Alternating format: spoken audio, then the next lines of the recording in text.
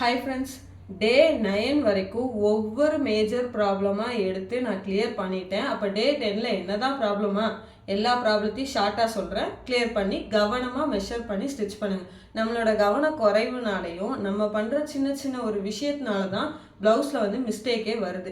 பெருசாக இருக்காது. ஒரு அளவு ப்ளவுஸை கொண்டு வந்துட்டு நம்மளோட தப்பு சொல்ல வருவாங்க.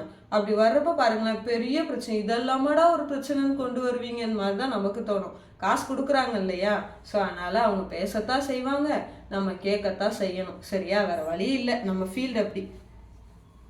இப்போது அளவு ப்ளவுஸை எடுத்துக்கோங்க. அளவு ப்ளவுஸில் நம்ம ஸ்டிச் பண்ண ப்ளவுஸை ஃபஸ்ட்டு மிஸ்டேக், கொக்கி எங்கே இருக்கோ, கொக்கி பீஸ்லேருந்து நீங்கள் மெஷர் பண்ண போகிறீங்கன்னா அதே அளவு ப்ளவுஸ்லேயும் கொக்கி பீஸ் தான் இருக்கணும், நம்ம ஸ்டிச் பண்ண ப்ளவுஸ்லேயே கொக்கி பீஸ் தான் இருக்கணும். அந்த மாதிரி வச்சு இதை அளந்துருங்க. ஃபஸ்ட்டு இந்த மிஸ்டேக் பண்ணுவோம். ரெண்டாவது என்னென்னா, இந்த இருக்கா, நம்ம கட்டிங்கில் வந்து இதில் மெஷர் பண்ணதை எடுத்து தான் வந்து ஸ்லீவ் வந்து கட் பண்ணுவோம். ஆனால் ஸ்டிச் பண்ணது போது நம்ம மார்க் பண்ண பாயிண்ட்டே வச்சு தச்சிருவோம். ஆனால் அப்படி பண்ணாமல் நம்ம ஆல்ரெடி ஸ்டிச் பண்ணியிருப்போம்ல, அதாவது அளவு ப்ளவுஸில் எடுத்து ஒரு வாட்டி வச்சு ஃபஸ்ட்டு தையலை போட்டுருங்க. ரெண்டாவது ப்ராப்ளம் இது. மூணாவது ப்ராப்ளம் என்னென்னா, சைடு எவ்வளோ இருக்குன்னு மெஷர் பண்ணி பாருங்கள். சரிங்களா, இது மூணாவது. நாலாவது, நம்மளோட ஆம்கோல் பாயிண்ட் இருக்கா, ஸோ இந்த ஆம்கோல் பாயிண்ட்டை அளவு ப்ளவுஸில் ஃபஸ்ட்டு எடுத்துக்கோங்க. இப்படி வச்சுட்டு நம்ம ஸ்டிச் பண்ண ப்ளவுஸில் இதே லென்த்துக்கு ஆம்கோல் பாயிண்ட் வந்து கரெக்டாக இருக்கான்னு பாருங்கள். ஏன்னா அக்குள் பிடிக்கி அப்படின்னு சொல்லுவாங்க. ஸோ இது நாலாவது ப்ராப்ளம், இதை கவனிங்க.